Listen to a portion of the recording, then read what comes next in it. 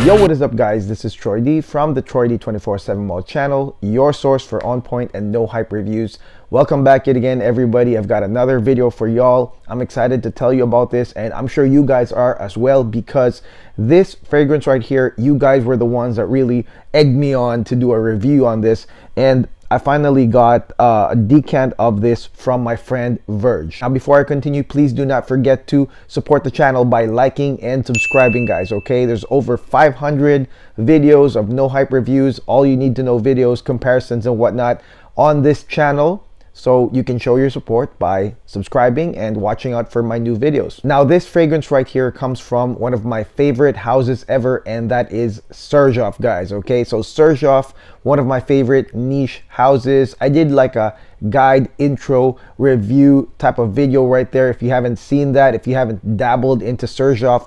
But I've always said that Xerjoff is really great. Like, they do have everything you need, to be honest, when it comes to fragrances, and they aren't really afraid to pursue like the unknown reaches of the fragrance world. They aren't afraid to try concepts that are quite different than the usual. And in typical Xerjoff fashion of exploring the unknown and trying new things in terms of the concepts of their fragrances, this one kind of threw me off guard right here, because this one right here is really inspired by, or it's based on, or the branding is on the legendary Black Sabbath guitarist Tony Iommi guys, okay? So that really shocked me. I was like, whoa, Black Sabbath guitarist, wow. Now of course, just off the top of my head, I mean, my first impressions just by hearing about that was like, oh, is this gonna be like a rock star type of perfume? Is this a perfume that will evoke sort of like what a rock star would wear? And I'm not talking about the random rock star that plays at the garage. I'm talking about a legendary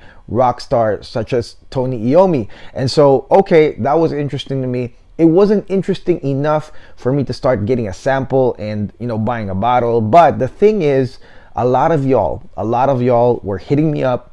A lot of y'all were saying this is one of the best Xerjoffs again. All right, a lot of y'all were saying I have to try it, I have to review it. So that's what I did.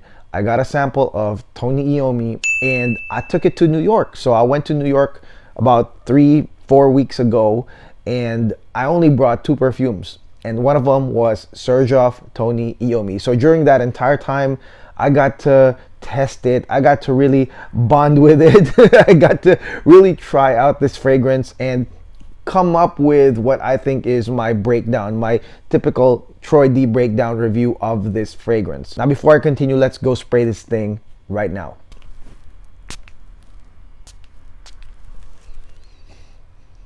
So the first thing I'm going to say is that the opening part of Xerjoff Tony Iommi is wonderful, okay? It's wonderful. It's probably the best part of Tony Iommi, and I'm sure some of you guys will debate on that, and you'll probably say the dry down was the best too. For me, the opening really does matter. I really don't like those weak openings with like stellar mids and dry downs. Like, for me, I need an impactful opening or it's nothing. Now here on the opening notes, it's quite interesting guys, okay? The star of the show right here is going to be your rum, okay? You're gonna get boozy, nice, wonderful rum, and it sets the tone guys. Because it's rum, it really sets up this rock star character of this fragrance right here. But the thing that really shocked me are the other notes that came with the rum. So the second more recognizable note here on top of the rum is going to be your geranium guys. And as you guys know, geranium does have a rosy facet,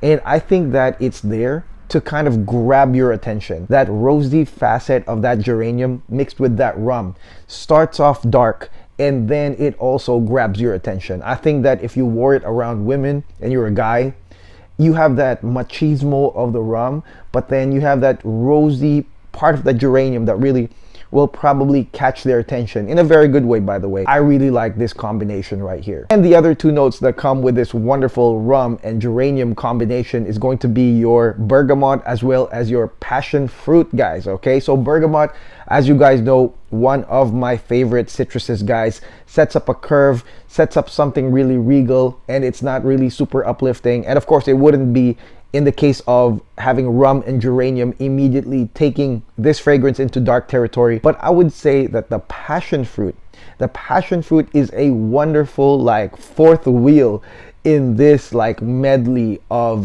the opening right here, because I would say that rum and geranium, these are notes that I'm familiar with. I've tried perfumes that have these, especially in the opening. I think I just reviewed a fragrance that had rum. Was that Halfeti Cedar? I'm kind of familiar with that, but the passion fruit, I would say, is kind of like the bonus here in the opener. It's a nice fruity note that comes in and makes it different. It makes it different from any other opening notes or opening combinations that you've ever tried. So I really like that there's passion fruit right here in the opening. That's a huge plus. I love the opening. Now let's go ahead into the mid, guys. So the interesting thing about this mid is, of course, that rosiness will really turn into a full bloom Bulgarian dark rose. Okay, so from the geranium, it bridges into a dark Bulgarian rose and it blooms quite nicely. And again, for me, this is the sort of like counter to the typical rum, leather,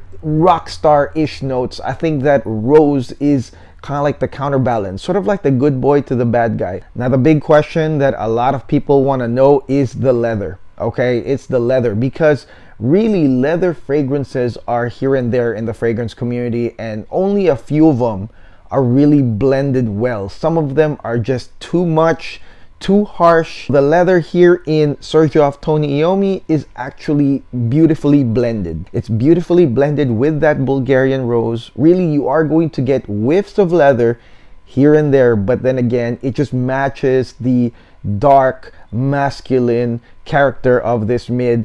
But the rose, like I said, is that counterbalance. The rose is the one that smells different. You are gonna smell it pop out right there, just like the geranium in the opener. And then eventually it really does balance out completely. Why? Because you are going to get cinnamon spice. When it comes to like men's fragrances, cinnamon is a really, really good note because it brings it back to, I would say, part mass appealing, because it has that sweetness, it has that spice of cinnamon. And the cinnamon right here is the balancer, in my opinion. It's almost like it goes really dark with that rose and that leather, and then suddenly here comes cinnamon to kind of pull it back towards appealing territory. And then finally, the big note that does come out is going to be your patchouli. It's when the rose sort of backs up a bit, when it kind of dissipates a bit, you are going to get the cinnamon spice, and then you're gonna get the patchouli. And the patchouli is gonna be real earthy, spicy as well, because it's blended, sort of blended with that cinnamon right there. It's a wonderful patchouli, and again, it just goes with the character of this fragrance. It's dark, masculine, spicy, patchouli. So that makes sense. I really like how there's patchouli here in the mid. So this fragrance, surprisingly, is also a gourmand fragrance. It's a dark gourmand fragrance, and the note that really comes out after that patchouli, in my opinion, the patchouli does not last that long, by the way. I've seen some comments on my videos where a lot of you guys are like saying, well, I don't like patchouli,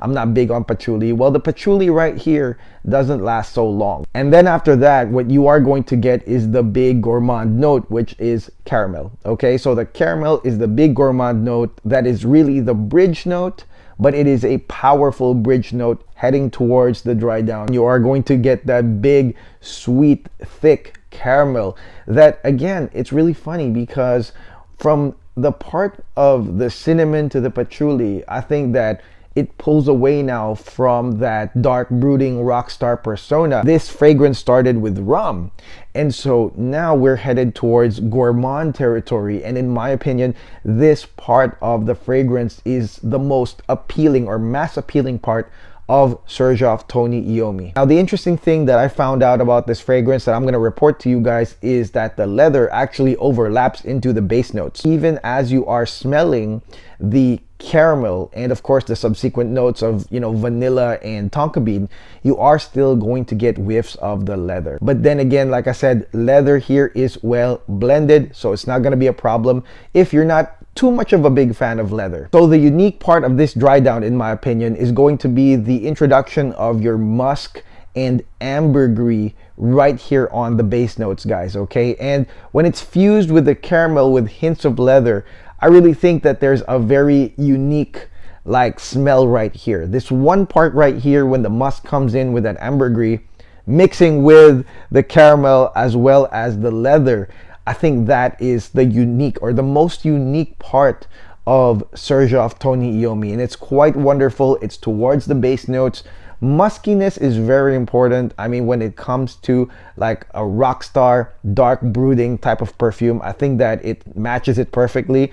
But then the ambergris though, that random touch of ambergris coming into that bass notes, I think that that really changes everything. So I like this part, this specific part where you have musk and ambergris into the dry down. Now past that, in my opinion, Tony Iommi by Xerjoff goes into a more mass appealing character because you are going to get the sweet stuff, you are going to get your vanilla, you are going to get your tonka bean, and really what happens when the leather finally wears off a bit, I mean what they put right here on the bass notes to replace it is going to be your labdanum. Okay, so it's going to be ambery. That's kind of expected with vanilla and tonka bean, but of course labdanum also has some leathery elements, so there's going to be a nice bridge towards this well blended leather into that labdanum, and then it's all beautiful sweetness with vanilla, with tonka bean, and of course a woody note right here on the bass notes, which is going to be your sandalwood.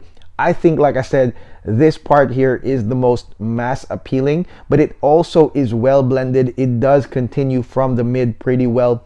I like it, and I think that a lot of people already do like it because of the wonderful mass appealing nature. Now let's go talk about the congruency of this fragrance.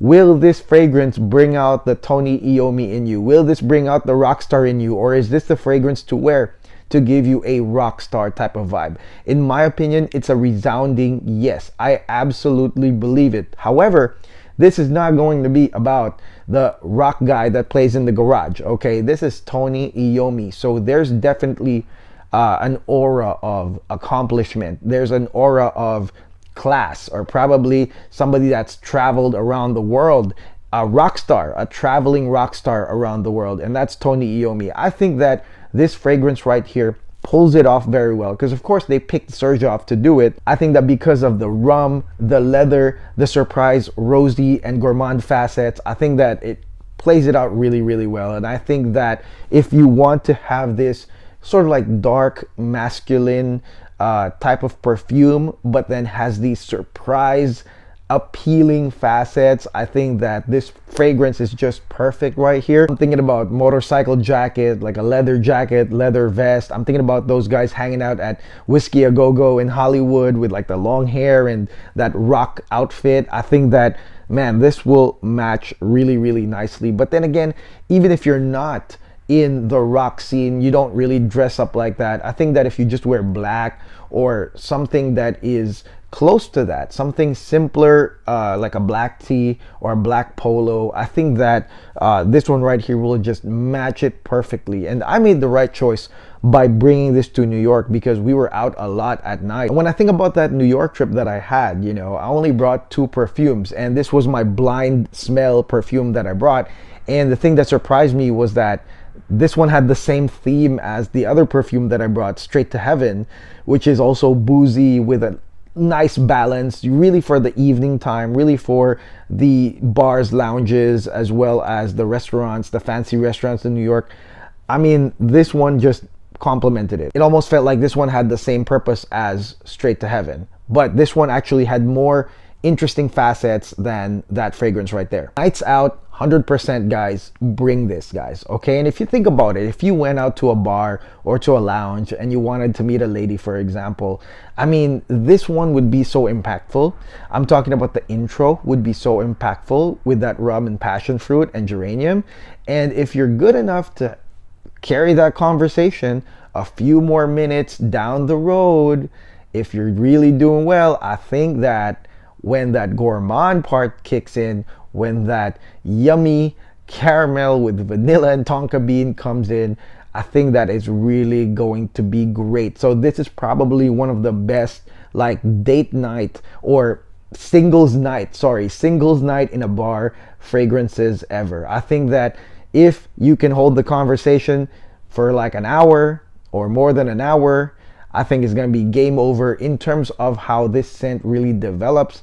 I think it's going to turn yummy from that interesting brooding first part of Xerjoff Tony Iommi. Now, is there a con to this fragrance? Is there a part that's kind of negative about this fragrance that maybe some of you guys will not like? I mean, for me, the only thing, and I don't even know if it's a con, let's just call it an observation. My observation is that this fragrance right here, although the notes are unique, as the parts are really unique, the blend is 100% awesome. I really feel like there are going to be elements in this fragrance that a lot of us have smelled in other great fragrances, and they're kind of like combined into this fragrance. That's the only thing I could think of. And that matters too, guys, because you know, the thing about fragrances is they gotta have their own identity. They gotta have their own identity. It's like Straight to Heaven. When I think about Straight to Heaven Extreme, it's that boozy nature. There's a character about this fragrance that when I think about it, I grab it. And the thing with Xerjoff Tony Iommi, I feel like it's all these different characters rolled into one. Now, that's not a bad thing if you are looking for an all-in-one fragrance. Okay, so if you're looking for that, if you want elements from already existing great fragrances into one fragrance, then definitely get this because you won't have to buy the others. However, for me, trying different fragrances, I felt like it didn't have the identity that is like strong enough for me to remember, just because I remember the sensations, I remember the feel of the fragrance more than the actual fragrance itself. I really feel like when Tony Iommi signed on the dotted line, maybe Xerjoff just decided we're not gonna roll the dice, we're not gonna risk and go into something that people might not like.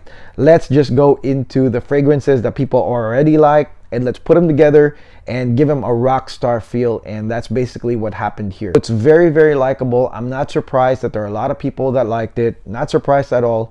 And I really think that this is a must buy again if you are looking into getting an all-in-one type fragrance with that rock star appeal, that dark masculine rock star appeal that flips right into gourmand near the end. So again, I mean, it's a great fragrance, okay? Without a doubt, it's a great fragrance. You guys were correct. The performance of this is also pretty good. I think that this one here is an aura scent. People will definitely notice you.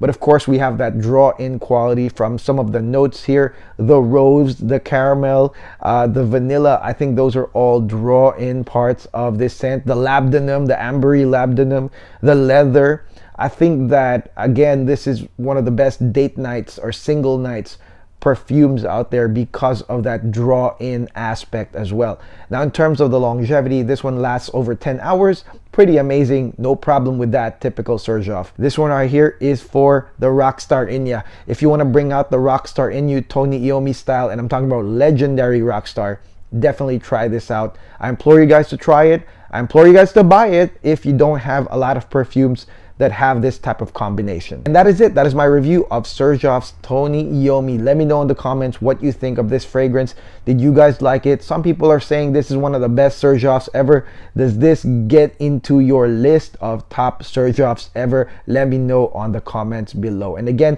do not forget to like and subscribe to the channel. We are going to continually make videos. I have all the stuff that you guys are looking for. Remember that, guys, okay? If it's popular, if it's a buzzword in the fragrance community, I'm on it, okay? So until then, this is Troy D. God bless. Have a great week. I'll see you guys soon. Peace.